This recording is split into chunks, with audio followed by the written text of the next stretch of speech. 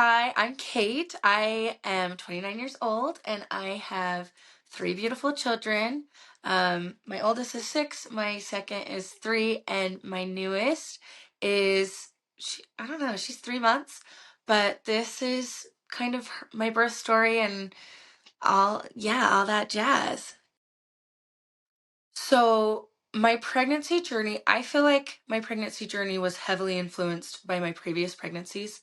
So, I'll just give a quick synopsis of those. My first, I feel like your first, you kind of go in it blind. You don't know what you're doing, right? Um, I just picked a provider and just did what I was told. Um, I kind of like had an idea, but I wasn't like set on anything. So I went into it kind of like, oh, whatever, like I'll see how long I can go without an epidural, whatever. Um, I ended up getting induced because my water was leaking. And then I um, was chilling at the hospital, got an epidural later on, and then it took forever for me to dilate, so that was not fun. So I finally was able to push. I pushed for like 3 hours and then finally had to get a C-section. So I was so bummed, but it was fine. I had my baby, all was well. Um, then and I was pretty like I we kind of talked about this earlier, but I was not my healthiest when I got pregnant. I actually got to my heaviest weight while I was pregnant with my first. And just feelings of self-loathing, wanted to just totally change my lifestyle after that. So I said, after I have this baby, after I'm cleared to work out, like we're hitting the road running.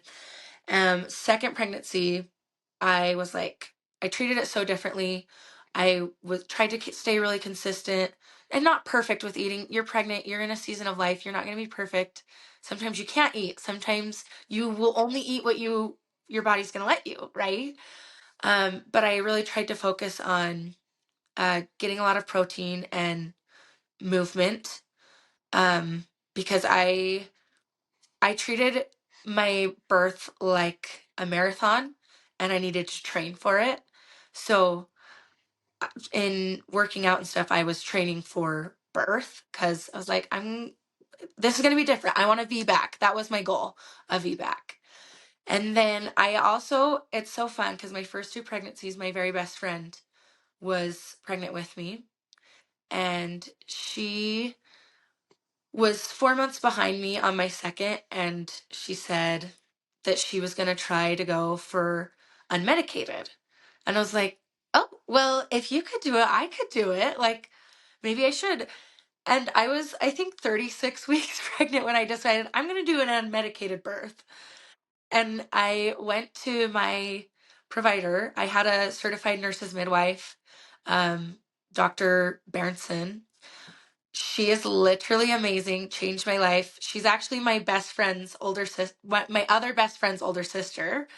And I was so lucky because I switched to her halfway through my second pregnancy because I knew she was coming to um, where I lived because she was working somewhere else. But she switched, so I switched to her, and she was the only doctor that was like, "Yeah, you can do this." Because the other doctor I went to was like, "You only have a 1% chance of being able to do a VBAC. Like, you should just schedule your C-section. It'll be so easy." And I was like, I don't know, like, I really want to try. I think I can do this.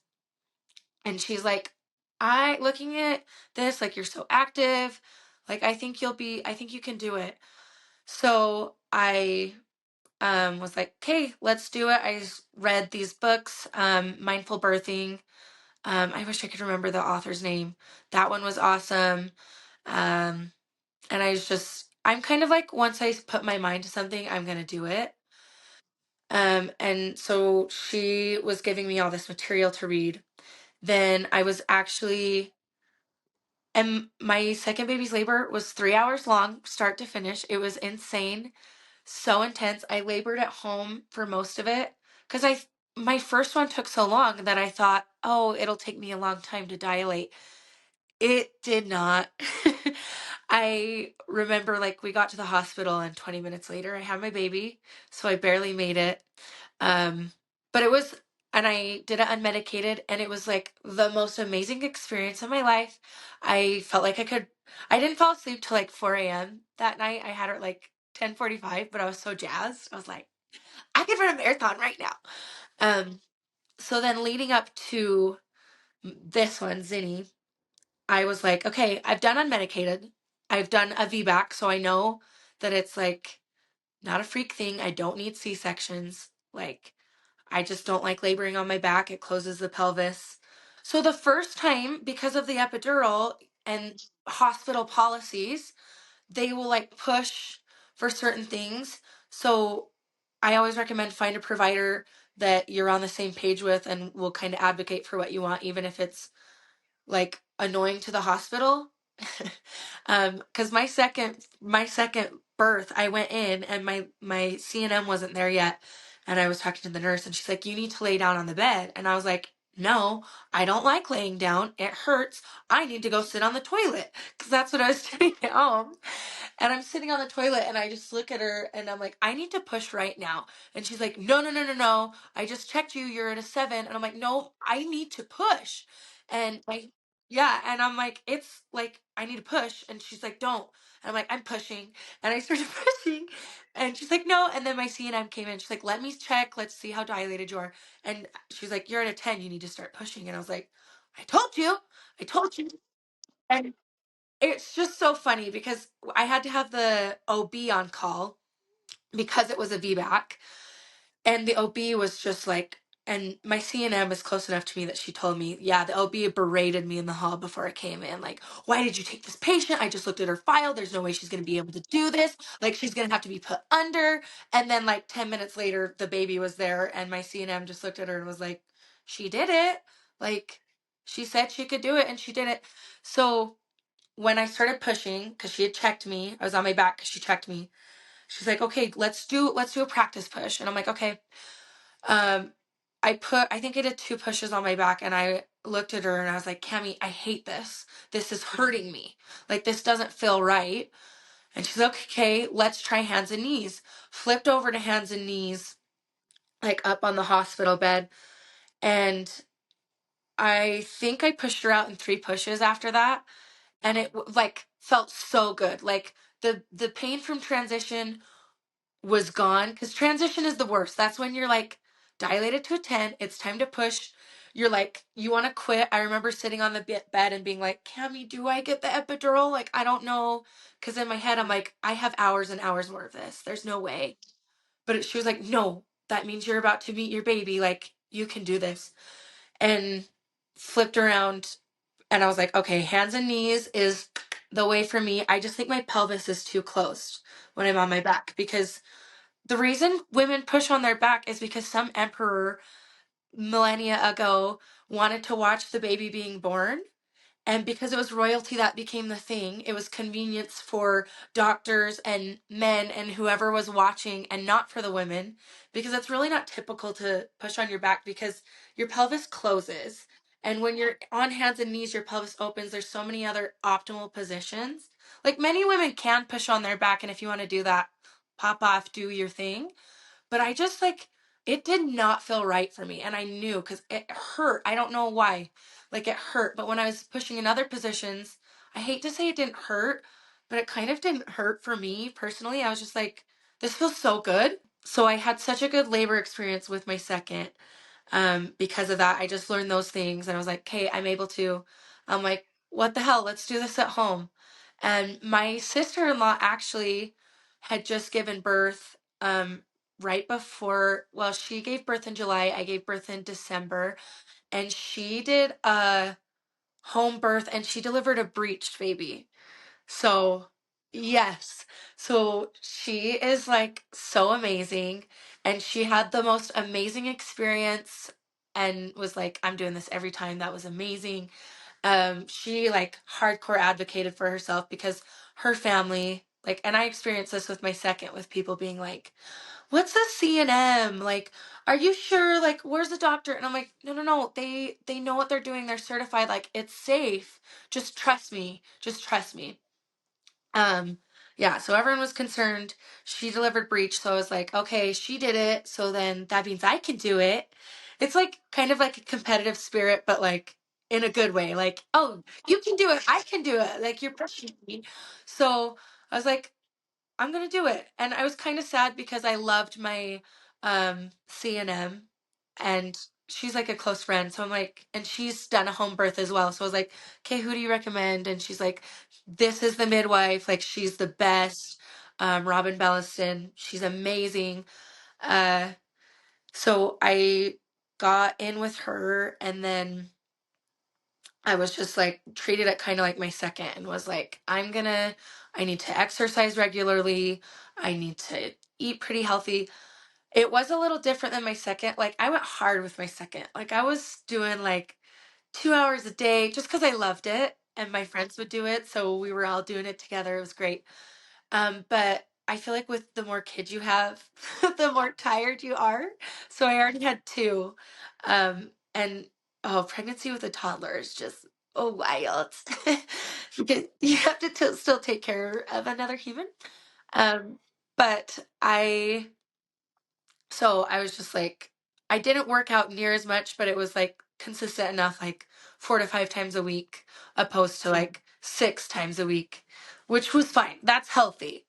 And I think too, remembering, I don't know if pregnant people are listening, like you don't want to start things that you haven't done prior to pregnancy. But if it's like you can continue what you've done, and that's what my provider told me. If you're doing it prior, you should be able to do it, listen to your body. And that was a big thing for me, was like listening to my body. So I just kind of approached my third pregnancy like that.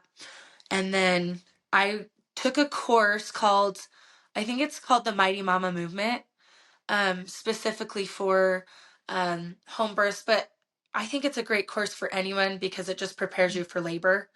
Because it's like a marathon. Like I said, you just need to prep mentally, because I think the biggest thing going into labor, um, for any type of labor, whether you're having a C-section, an epidural, whatever, is A, being educated, and B, just being mentally ready to deal with hard things, because pain is kind of a construct. And if you can breathe through it and just reframe it as this is just really intense and it's going to pass, you can do it. It's just all mental. And I have so many people be like, how did you do a natural? Like, you're crazy, it's so painful. And I'm like, well, actually, like I felt like being on Pitocin was way more painful. Pitocin makes your contractions longer, stronger, and more painful. um and you're not getting, so when you're in labor and you're contracting, uh after your contraction, like that time in between, your body kind of floods you with oxytocin and feel good hormones that your body doesn't produce when you're on Pitocin, because it is um manufactured. It's not, it's synthetic. That's the correct word. It's synthetic. So I actually, like, I'm like, I actually get more relief, and it's my like contractions aren't as bad, so it's so much more manageable. um, and I don't know, I was just, it was great being at home and having the comfort of familiarity, because so many people will be like progressing so much in labor and then they rush to the hospital and there's these bright lights and beeping noises and they're checking you and doing all these things, and labor slows down because your body goes into fight and flight, because biologically, if we needed to run, like if we're in labor and we're out in the wild and we needed to run, our body's going to stop so we can get away and get safe. But if you're in an environment that feels unsafe, um, you're going to slow down labor. So yeah, so I found a good midwife. Finding a good midwife who was really knowledgeable and I felt comfortable with. And the course I took, I would recommend it, the Mighty Mama Movement. Um, they teach you a lot of things to ask providers, so you feel comfortable, like whether it's in a hospital or with a midwife. I remember asking her, okay, what's your protocol if I hemorrhage? What's your protocol if a cord's wrapped around a neck? Like, what are you going to do? Because that's what people always ask me, like, oh my gosh, you're endangering your baby. Why are you doing that? And I'm like, you're just not educated on it. So I think educating myself on the risks, because there are risks, um, but I felt like there was less risks doing it at home than I would at a hospital, and just not having to fight with nurses and telling them no. Because when you're in labor, like, you're just focusing on what you're doing. You don't want to sit and be like, no. So finding a good midwife, kind of like looking at the different options of laboring positions and what you think might feel best for you. I ended up uh, doing a water birth with this last one. Amazing. So, like, oh, it feels so good. Like, it takes so much it's less painful. You're less susceptible to tearing. You're less susceptible uh to what? There's so many things. Like, there's so many benefits to it. And if you like find yourself inclined to like, oh, when I need to relax, I love to take a warm bath, like, then maybe a water birth is for you. It was amazing. And it was crazy too, because so my second labor went so fast. Like I said, 3 hours from start to finish. So we kind of knew going into this one that it could potentially do that. So when I started in labor, I started uh like probably around 8 o'clock, 10 o'clock. I'm not sure. I'm so bad at remembering times. Um, but late evening. And I was thinking, okay, it's time to go. So like I called my people, had my sister-in-law come over, and I was like, okay, like let's fill up the pool. And they weren't like, the contractions were like 5 minutes apart, but they were 5 minutes apart for like 8 hours. And then the last part of labor lasted like less than an hour.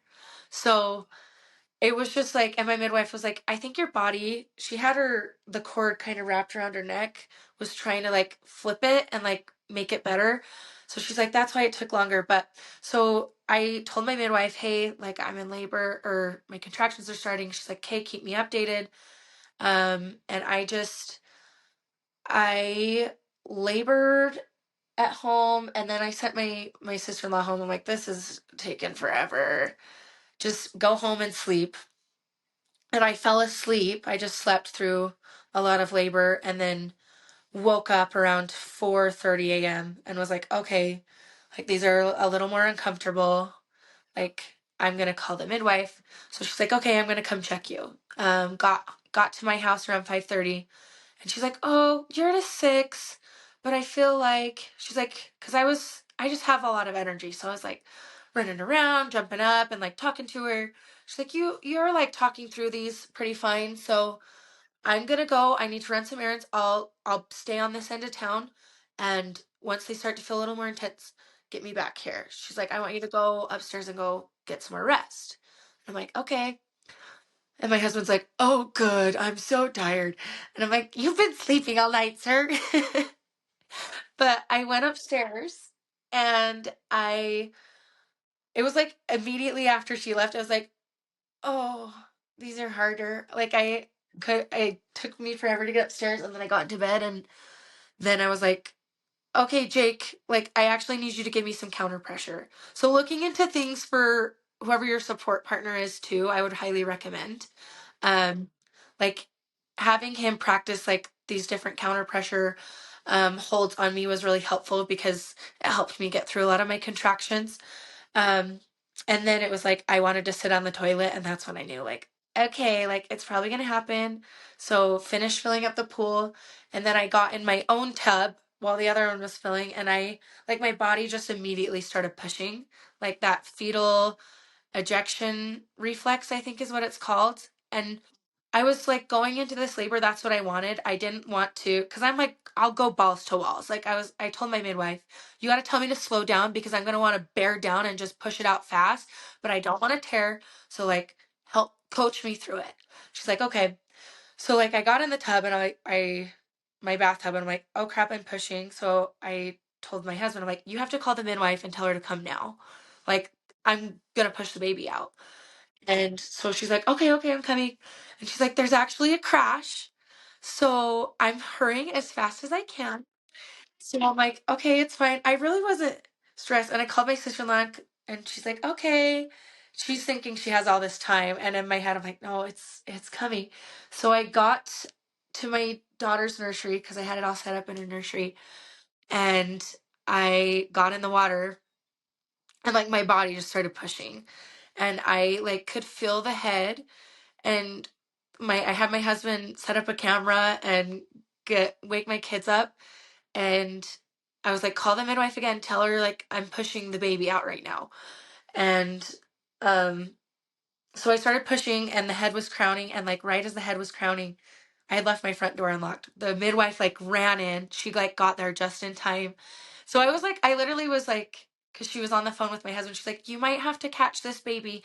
Like, just be prepared. I'm on my way, but like, you might have to catch the baby. And I honestly was like, slay, I'm so bad at. I'm gonna give birth by myself. Like I can do this because like my body was just already doing it, so I'm like whatever, like she'll come and help take care of the baby after, like it'll be great. But she got there. She got there just in time.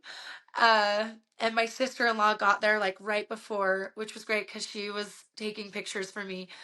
And I pushing this baby out took longer, but like I said, I wasn't like trying to just push it well. I would like stop. It took like probably 20-ish minutes, which is still so short. Like that is not long. Um and the cord was kind of like wrapped up around her shoulders and her head. So my midwife did this little maneuver and then we pulled her out on top of me and it was so cool. It was surreal. It was like, "Oh my gosh, I just did that." It was so fun. It was amazing.